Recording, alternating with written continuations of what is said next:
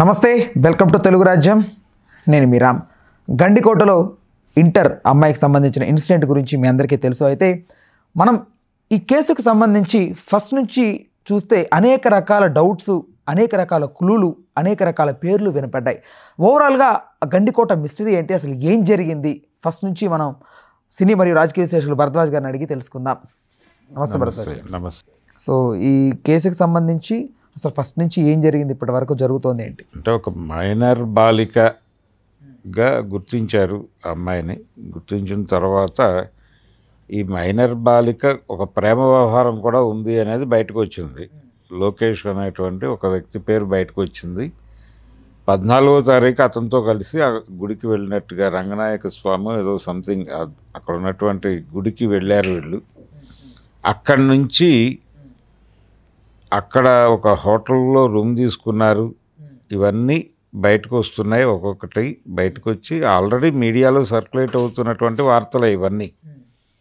ఈ క్రమంలో రకరకాల కోణాల్లో దీన్ని చూస్తున్నారు. అంటే వాళ్ళ ఫ్యామిలీ మెంబర్స్ వైపు నుంచి ఏమైనా జరిగిందా అనేది కూడా ఒక డౌట్ ఎక్స్ప్రెస్ చేశారు. కానీ ప్రధానమైనటువంటి గొడవ అయితే ఆ అమ్మాయికి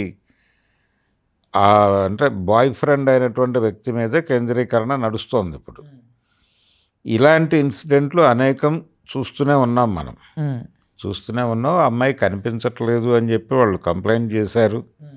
ఈ కంప్లైంట్ చేసిన టైం తర్వాత నుంచి వెతికినటువంటి వెతుకులాటలో ఇక్కడ ట్రాక్ అయ్యారు.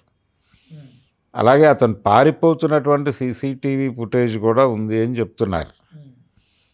పారిపోతున్నటువంటి సీసీటీవీ ఫుటేజ్ అతను ముఖ కవళికలు, వ్యవహారం ఏదో క్రైమ్ జరిగినట్టుగా అనిపించింది అని, అతని బిహేవియర్ కొంచెం సస్పీషియస్గా ఉంది అనేది కూడా ఒక అభిప్రాయం బయటకు వచ్చేసింది.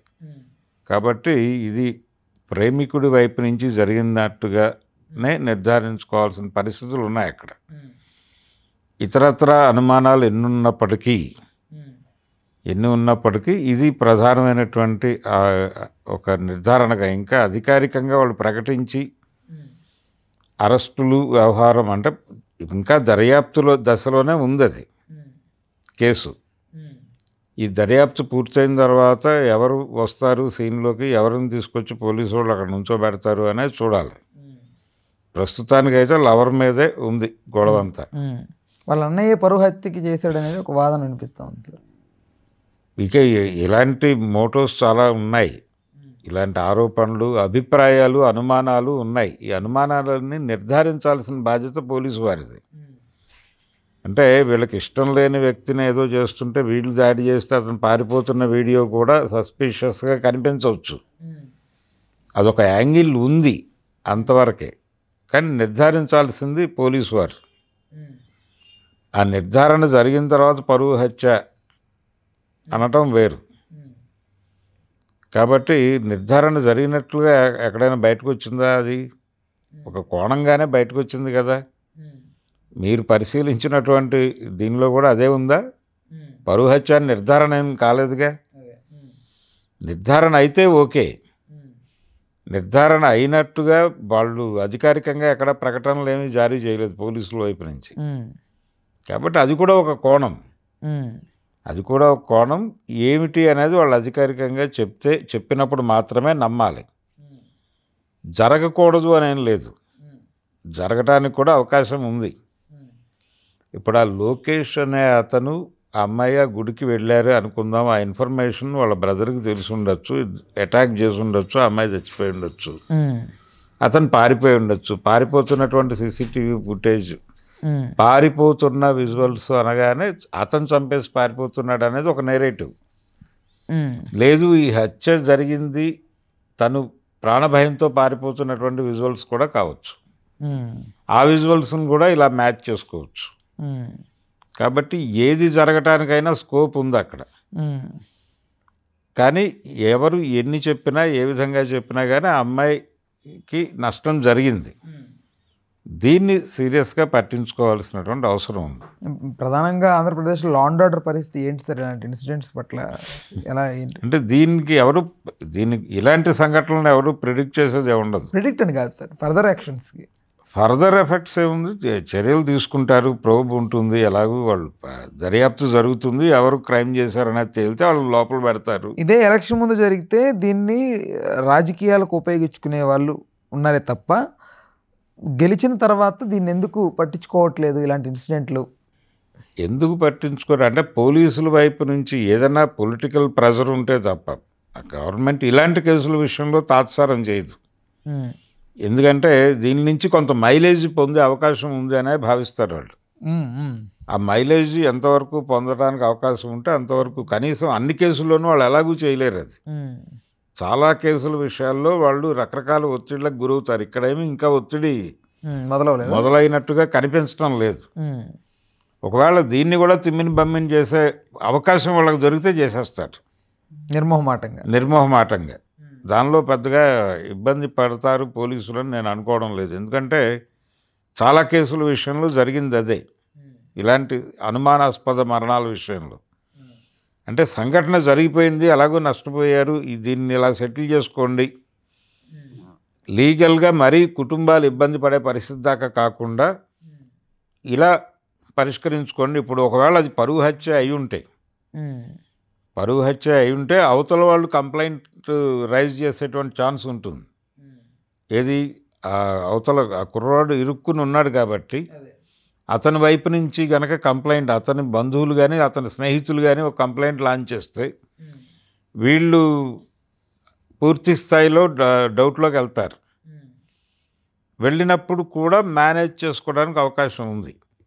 అతన్ని తీసుకొచ్చి కూర్చోబెట్టి ఫెసిలిటేట్ చేసి ఈ విషయం బయటకు వెళ్ళొద్దు, ఆ అమ్మాయి ఎలాగూ లేదు, ఇంక వదిలేసేయండి, దీన్ని ఆర్థికంగా ఏదో పద్ధతిలో సెటిల్ చేసుకొని క్లోజ్ చేయండి అన్న పద్ధతిలో ఒక సెటిల్మెంట్ దిశగా దీన్ని నడిపించే ప్రయత్నం చేస్తారు వాళ్ళు పోలీసు వారు. కాబట్టి ఈ కేసులో కూడా అదే జరుగుతుంది. అలాగే జరిగినాయి ఇంతకుముందు చాలా కేసులు. ఈ ధోరణి నుంచి బయటకు రావాలి ముందు. కాదు సార్, ఇప్పుడు మామూలుగా మనం కొన్ని యాప్స్ తీసుకొచ్చాం, దిశ యాప్ అని, ఇలాంటి యాప్స్ తీసుకొచ్చి గవర్నమెంట్ ఇంట్రడ్యూస్ చేసింది ఆడపిల్లకి ఏదైనా ప్రాబ్లం వస్తే అని.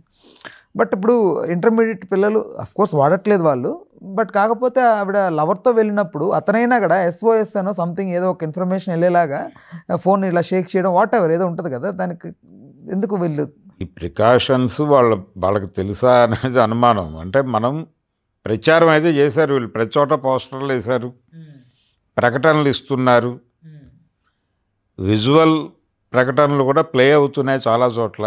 కాలేజెస్కి వెళ్ళి చిన్న డెమో ఇస్తే అయిపోద్ది కదా సార్, 5 నిమిషాల బ్రేక్లో డెమోలు కూడా ఇచ్చుంటారు.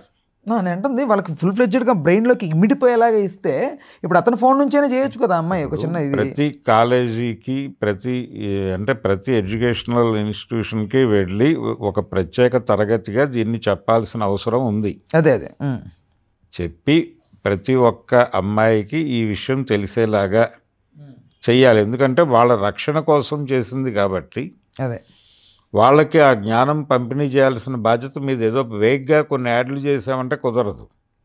కానీ ప్రభుత్వం వైపు నుంచి ఆ ప్రయత్నం కూడా జరిగింది. చాలా కాలేజీలకి వెళ్ళి వాళ్ళు చెప్పారు. కానీ వీళ్ళకి ఆ టైంలో ఆ వెసులుబాటు దొరికిందా అనేది కూడా చూడాలి. హత్య జరిగిన టైంలో లోకేష్కి దొరుకుంటుంది కదా నా ఉద్దేశం. అదే అతను ఇది కాదు అసలు, అతను ఈ పాటికి కంప్లైంట్ లాంచ్ చేయాలి కదా, ఎక్కడికో చోటకి వెళ్ళిపోయాడు, పారిపోయాడు అనేది చెప్తున్నారు కదా. అతను తప్పు లేనప్పుడు అతను కంప్లైంట్ కూడా లాంచ్ చేయాలిగా ఏదో ఒక పద్ధతిలో. ఇక్కడ కాకపోతే ఇంకో చోట అయినా ఎక్కడైనా ఒక కన్ఫెషన్ లేదు, అసలు ఏం జరిగిందో ఒక వీడియో చేసి సర్క్యులేషన్లో పెట్టచ్చు కదా. చేయడానికి స్కోప్ ఉంది. తన నిర్దోషిత్వాన్ని నిరూపించుకోవడానికి అతనికి ఒక అవకాశం ఉంది. ఆ అవకాశాన్ని వాడుకుంటాడా లేదా అనేది తెలియదు ఇంకా. దాని మీద క్లారిటీ వస్తే కొంతవరకు ఏం జరిగింది అనేది అర్థమవుతుంది. అందుకని అతను కంప్లైంట్ ఎందుకు లాంచ్ చేయలేదు అనేది కూడా ఒక సందేహమే ఈ కేసులో. ఇవన్నీ దృష్టిలో పెట్టుకుని ఇన్ని అనుమానాల మధ్య ఉంది అది. అందుకని ఇప్పుడు పోలీసులు రంగంలోకి దిగి ఇరు కుటుంబాలని మాత్రమే కాదు వీళ్ళని కూడా ఎక్కడైనా దొరికితే ట్రాక్ చేసి కూర్చోబెట్టి ఇంట్రాగేట్ చేస్తే కానీ ప్రాపర్గా నిజాలు బయటకు రావు. అంటే మనం జనరల్గా పోలీసు వారు నిష్పక్షపాతంగా ఇలాంటి విషయాల్లో వాళ్ళు దర్యాప్తులు చేసేస్తారని అనుకుంటాం. కానీ వాళ్ళు కూడా ఒక అడ్వాంటేజ్ తీసుకునే ప్రయత్నమే చేస్తారు. అడ్వాంటేజ్ తీసుకోవటం అంటే ఇష్యూని సెటిల్ చేసి ఎవరైతే క్రైమ్ చేశాడో ఇప్పుడు ఆ అమ్మాయి ఎలాగూ లేదు అనేది లీడ్ తీసుకుని ఒక కంక్లూజన్కి వచ్చి తద్వారా ఎవరైతే క్రైమ్ చేశారో వాళ్ళు ప్రయోజనం పొందేలాగా వీళ్ళు ప్రయోజనం పొందేలాగా ఒక మధ్య మార్గం ఒకటి తయారు చేసేటువంటి పరిస్థితి కూడా ఉండొచ్చు. అందుకని ప్రతి ఒక్కళ్ళు ఈ కేసు ప్రొసీడింగ్స్ మీద ప్రధానంగా దృష్టి కేంద్రీకరించాల్సిన అవసరం ఉంది. ఓకే భరద్వాజ్ గారు, థ్యాంక్ యూ. ఫర్దర్గా ఈ కేసుకి సంబంధించి ఇంకొక క్లూస్ కానీ ఇంకేదైనా ఫర్దర్గా ఉన్నప్పుడు ఇంకొక వీడియో చేద్దాం. ఓకే. హలో, తెలుగు రాజ్యం ఛానల్ చూస్తున్నారా? సామాజిక రాజకీయ జీవన చిత్రణే తెలుగు రాజ్యం. అతిశయోక్తులు అసత్యాలు ఉండవు. రాజకీయ కోణం కాదు, ప్రజా కోణమే కొలబద్ద. తెలుగు రాజ్యం వీక్షణ మీ ఉత్తమ అభిరుచికి నిదర్శనం.